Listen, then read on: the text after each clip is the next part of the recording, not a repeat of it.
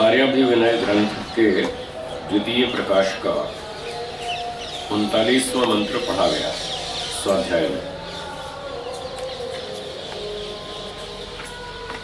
आज के मंत्र में ईश्वर से प्रार्थना की है कि हे ईश्वर, आप बृहस्पति हैं, सबसे बड़े हैं, सर्वशक्तिमान है। संसार का कोई भी अन्य पदार्थ न तो ईश्वर के तुल्य है और न उससे बड़ा है। ईश्वर सबसे बड़ा है, ऐसी भावना इस बृहस्पति शब्द में है। और एक बात ईश्वर के लिए आई, भुवनस्य यह पति, जो इस सब संसार का मालिक है। पति का अर्थ है रक्षक, रक्षा करने वाला। जो किसी वस्तु की रक्षा करता है वो उसका अधिकारी होता है, उसका मालिक होता है। तो ईश्वर जगत को बनाता है, इसका पालन करता है, इसका मालिक है, इसका रक्षक है। इस प्रकार से इन गुणों से युक्त ईश्वर का स्मरण करके फिर ईश्वर से प्रार्थना करते हैं, क्योंकि आप सबसे बड़े हैं, सब गुणों में सबसे अधिक हैं, सर्वशक्तिमान हैं, अनंत ज्ञानवान हैं, सब दुनिया के राजा हैं, मालिक हैं, रक्षक हैं।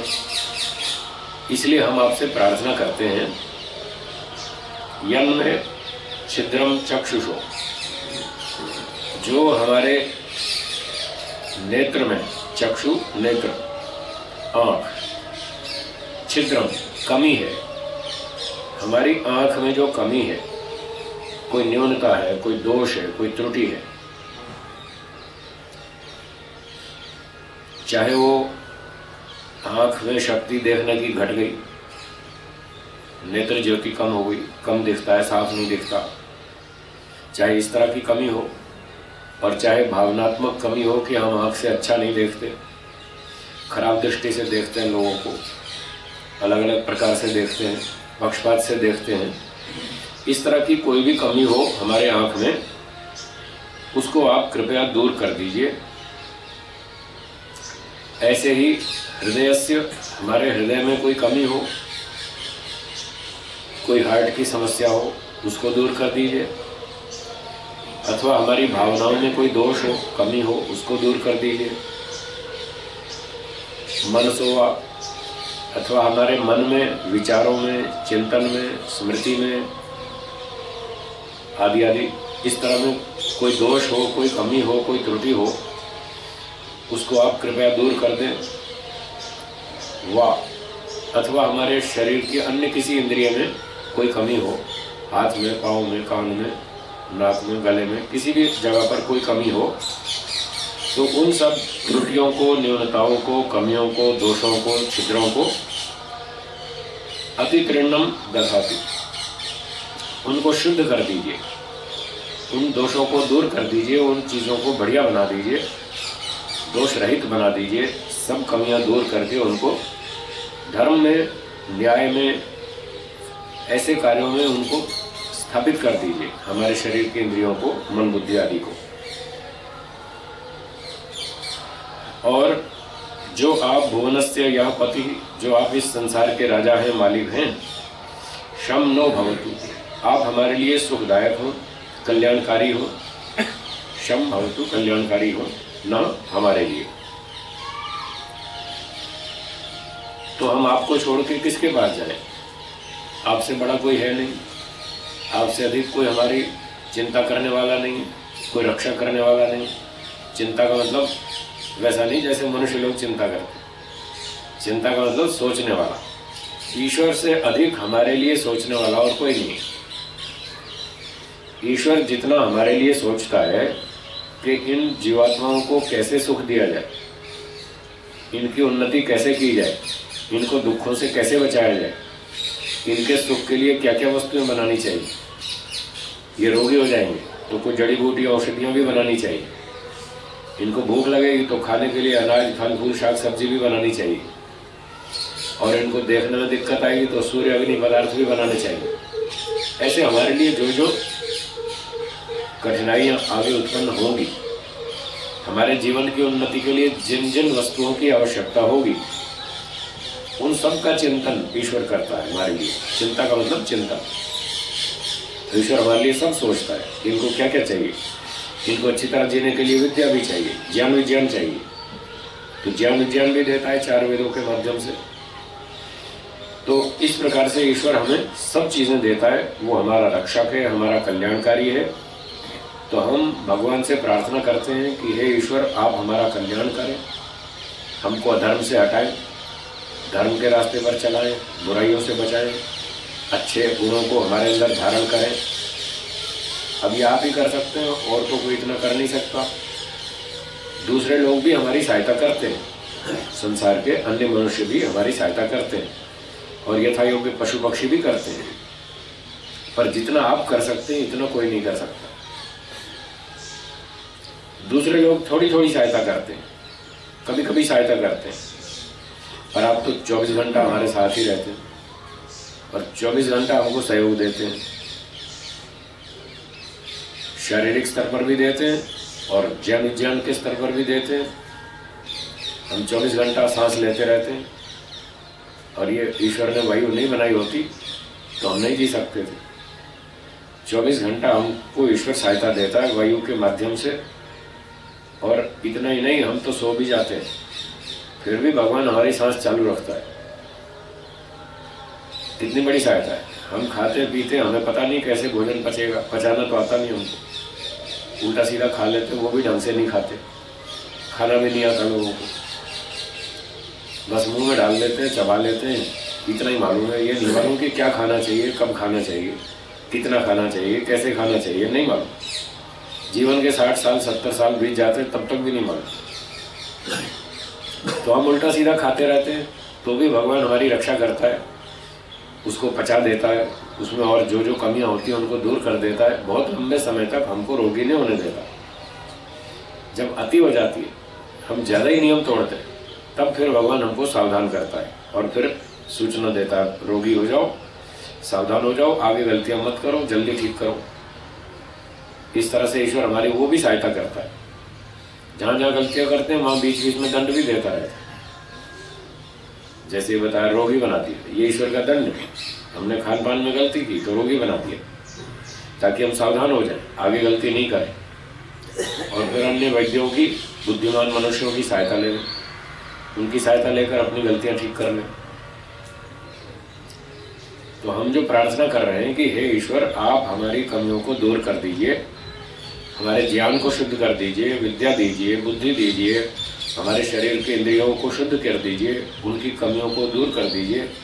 ये जो हम प्रार्थना कर रहे हैं उसके लिए हमको पुरुषार्थ करना पड़ेगा, पढ़ना होगा, शास्त्रों का अध्ययन करना होगा, ये जानना होगा कि हम अपने मन को, बुद्धि को, इंद्रियों को, शरीर को स्वस्थ कैसे रखें, अपने विचारों को शुद्ध कैसे रखें। अन्य विद्वानों की सहायता लें। जो विद्वान जिस विषय में अधिक जानता है हमसे, उस विषय में उसकी सहायता लें और उससे सहयोग लेकर ये पुरुषार्थ करें। फिर ईश्वर से प्रार्थना करें कि आप हमको इस तरह से सुविधा दीजिए, सुरक्षा कीजिए। तब ईश्वर हमारी बात सुनेगा, जरूर सुनेगा, हमारी सारी समस्याएं दूर कर देगा। तब शम भवतु, तब वो हमारे लिए कल्याणकारी होगा। तो प्रार्थना केवल शाब्दिक प्रार्थना मात्र नहीं होनी चाहिए, उसके लिए हमें पूरा पूरा पुरुषार्थ भी करना चाहिए। बल्कि नियम तो यह है, पहले पुरुषार्थ करना चाहिए, बाद में फिर प्रार्थना करनी चाहिए। पूरी मेहनत करें और फिर कुछ काम बच जाए, पूरा नहीं हो पाया, कुछ कमी रही, अटक गया, उसके लिए फिर लोगों की सहायता लें, ईश्वर की भी लें। तो हम प्रार्थना कर रहे हैं, हे भगवान, आप बड़े हैं और आप ही हमारे सबके रक्षक हैं, हम आपके पास न जाएं तो कहाँ जाएं। और एक थोड़ा सा, जैसे बच्चे माता पिता से ऐसे बात करते हैं ना, थोड़ी लाड प्यार से, कुछ ऐसी बात भी है आज की भाषा में, ऐसी बात भी है जैसे बच्चे कहते हैं भाई माता पिता से कि आपके पास सब कुछ है, साधन है, खाना पीना रोटी कपड़ा पैसा सामान सोना चांदी सब कुछ है, मोटर गाड़ी, हमको ये चीज़ चाहिए, आपके पास नहीं जाएंगे तो किसके पास जाएंगे? और फिर आप हमको नहीं देंगे तो फिर संसार में आपकी निंदा भी होगी, है ना। जैसे बच्चे माता पिता से कहते हैं हमारी आवश्यकता है, हमारी इच्छा है, आप दो हमको, और आप नहीं देंगे तो फिर लोग आपकी निंदा करेंगे, देखो सब कुछ से संपत्ति है तो भी बच्चे को देता नहीं है। तो ऐसे ही हे ईश्वर, आप हमारे पिता हैं, आप सबसे बड़े हैं, सबके मालिक हैं, सबके राजा हैं, सबके रक्षक हैं, हम आपके पास नहीं जाए तो किसके पास जाए? और आप हमारी सहायता नहीं करेंगे तो लोक में आपकी निंदा होगी। तो ऐसे जैसे राग वाली सी भाषा है, चलो अपनी निंदा से बचने के लिए ही सही कुछ तो दो हमको। इस तरह से भगवान से हम प्रार्थना कर रहे हैं। ठीक है, व्यक्ति का मन है, कभी कैसा कभी कैसा, कभी कैसी भाषा में कह देता है वो, तो कभी कैसा भी कह देता है। और सच भी है, ईश्वर हमारा मालिक रक्षक है भी सही, और हम ऐसी बात कह भी दें तो कोई इसमें आपत्ति भी नहीं है, कोई बुरी बात भी नहीं है। बच्चे तो माँ बाप से मांगते ही रहते हैं, हम भी ईश्वर से मांग लेते हैं, और उसको ऐसा भी कह देते हैं आप नहीं दोगे तो फिर लोग आपकी निंदा करेंगे। तो इस प्रकार से ईश्वर हमें सब कुछ देता है, बड़ा उदार है, कंजूस नहीं। ईश्वर कंजूस बिल्कुल नहीं है, लेकिन न्यायकारी जरूर है। कंजूस में और न्यायकारी में फर्क होता है, उसका अंतर समझना चाहिए। हम जो कह रहे हैं हे भगवान आप नहीं दोगे तो लोक में आपकी निंदा होगी, इसका अर्थ ये नहीं समझना कि भगवान कंजूस है, वो छुपाए रखता है, दबाए रखता है, देता नहीं, ऐसा अर्थ नहीं है इसका। वो तो देता है, कमी तो हमारी तरफ से है, हम उसकी बात सुनते नहीं, उसकी बात मानते नहीं, उसके निर्देश का पालन करते नहीं, और फिर ऐसे बहानेबाजी करें कि आप नहीं दोगे तो आपकी निंदा होगी। अगर इस भावना से हम कहेंगे तो फिर हमारी बात गलत है। और हम पूरी मेहनत करें, पुरुषार्थ करें, फिर हम प्रार्थना करें तो कोई दिक्कत नहीं है, फिर तो ईश्वर देगा ही, बिल्कुल देगा। अब दे ही रखा है उसने, अब तक भी बहुत दे रखा है, अब तक भी क्या कसर छोड़ी, सब कुछ दे रखा है। शरीर दिया, मन दिया, बुद्धि दी, इंद्रियां दी, हाथ पांव, खाना पीना, भोजन, वस्त्र, माता पिता, अच्छी 4 वेदों की विद्या, अच्छे अच्छे विद्वान गुरुजन बना रखे हैं धरती पे, संसार में क्या कमी छोड़ी। और ये जड़ी बूटियां, औषधियां, सूर्य, अग्नि, वायु, सब कुछ तो दे रखा है। तो हम पुरुषार्थ करते रहते हैं, फिर प्रार्थना भी करते रहते हैं, ईश्वर हमें देता रहता है। ये तो हम अपना पाठ दोहराने के लिए बार बार कहते हैं हे भगवान हमारा कल्याण करो, वो तो कर ही रहा है, पहले से ही कर रहा है। बस हम अपना पाठ दोहराते रहते हैं कि हमें याद रहे कि हम जो भी पुरुषार्थ करते हैं वो ईश्वर की सहायता से करते हैं, ईश्वर की कृपा से करते हैं, ईश्वर के दिए साधनों से करते हैं। और फिर हम जितनी मेहनत करते हैं ईश्वर हमको वैसा वैसा फल भी देता रहता है।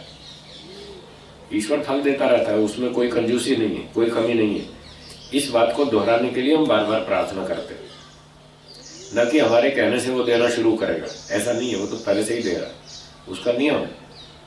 तवे तत्सत्यम अंगिरा, उसका तो पहले से ही पक्का नियम है, जो मेहनत करेगा उसको दूंगा, पूरा पूरा न्याय से दूंगा, कहीं भी अन्याय पक्षपात कुछ नहीं, कोई कंजूसी नहीं, ठीक न्याय से दूंगा। हाँ, आलसियों को नहीं दूंगा, वो न्याय कहता है। जो आलसी लोग हैं, कामचोर हैं, मेहनत नहीं करते, छल कपट करते हैं, धोखेबाज हैं, बेईमान हैं, उनकी बात नहीं सुनूंगा, उनको नहीं दूंगा, ऐसा ईश्वर का नियम है। तो ईश्वर के नियम को जाने, उसका पालन करें और खूब आनंद से रहें, फिर भगवान से प्रार्थना करते रहें शन्नो भवतु, आप हमारे लिए कल्याणकारी हो। इस तरह से ईश्वर हमारे लिए कल्याणकारी है और होगा। तो ये बातें आज के मंत्र में बताई गई। फिर जो जो हमें मिलता रहेगा उसके लिए हम भगवान का धन्यवाद भी करते रहेंगे, समर्पण भी करते रहेंगे। हे ईश्वर, आपकी कृपा से हमें ये सब प्राप्त हुआ, आपका बहुत बहुत धन्यवाद।